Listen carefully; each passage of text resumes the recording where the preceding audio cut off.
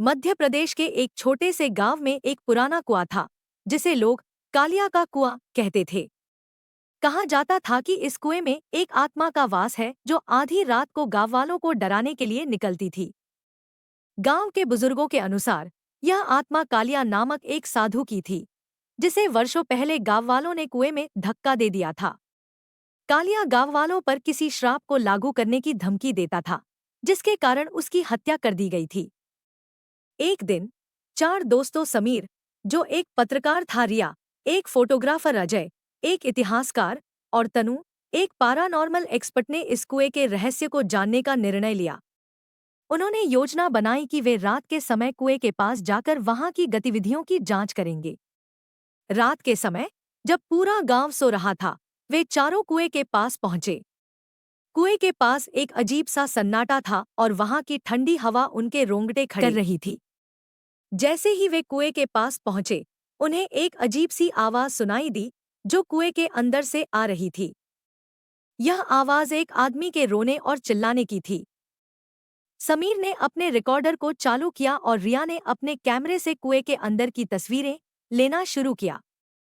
अजय ने अपने दस्तावेज निकाले और तनु ने अपने ईएमएफ डिटेक्टर चालू किया। उन्हें कुएं के पास अजीब अजीब संकेत मिल रहे थे।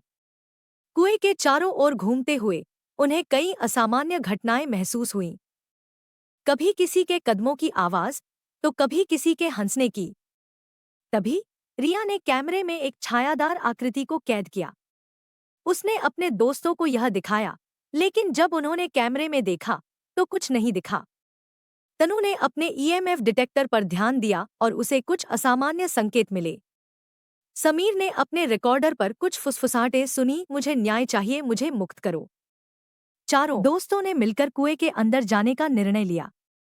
जैसे ही वे कुएं के अंदर गए, उन्हें एक पुराना संदूक मिला जिस पर अजीबोगरीब निशान बने हुए थे। संदूक के पास ही एक प्राचीन पुस्तक पड़ी थी। अजय ने उस पुस्तक को उठाया और पढ़ना शुरू किया। पुस्तक में लिखा था कि कालिया को गांव वालों ने धोखे से मारा था और उसकी आत्मा को मुक्त करने के लिए एक विशेष अनुष्ठान करना होगा। तभी संदूक का ढक्कन हिलने लगा और एक तेज रोशनी फैल गई। कालिया की आत्मा संदूक से प्रकट हुई और उसने कहा, मैं वर्षों से यहाँ फंसा हुआ हूँ, मुझे न्याय चाहिए।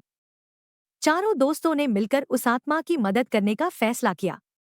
अजय ने पुस्तक में लिखा प्राचीन मंत्र पढ़ना शुरू किया। समीर, रिया और तनु ने उसके साथ मिलकर मंत्र का उच्चारण किया। जैसे ही मंत्र पूरा हुआ, कालिया की आत्मा ने उन्हें धन्यवाद दिया और कहा, आपने मुझे मुक्त कर दिया, अब मैं शांति से जा सकता हूँ। आत्मा कुएं से निकलकर आसमान में विलीन हो गई और कुएं का भूतिया माहौल भी समाप्त हो गया। सुबह होते ही चारों दोस्त कुएं से बाहर निकले। कुएं का रहस्यमयी वातावरण अब सामान्य हो चुका था। गांव वालों को जब इस घटना के बारे में पता चला तो उन्होंने कुएं को फिर से सुरक्षित मान लिया।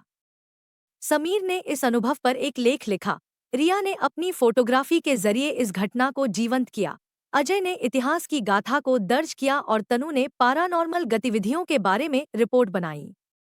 अब कालिया का कुआं एक भूतिया स्थान नहीं रहा, बल्कि साहस और सत्य की विजय का प्रतीक बन गया। दोस्तों का यह अद्वितीय अनुभव एक नई कहानी बनकर गांव की विरासत में जुड़ गया, जो सभी को यह याद दिलाता था कि डर पर विजय पाना संभव है जब हम एकजुट होकर सच्चाई की खोज में लग जाते हैं।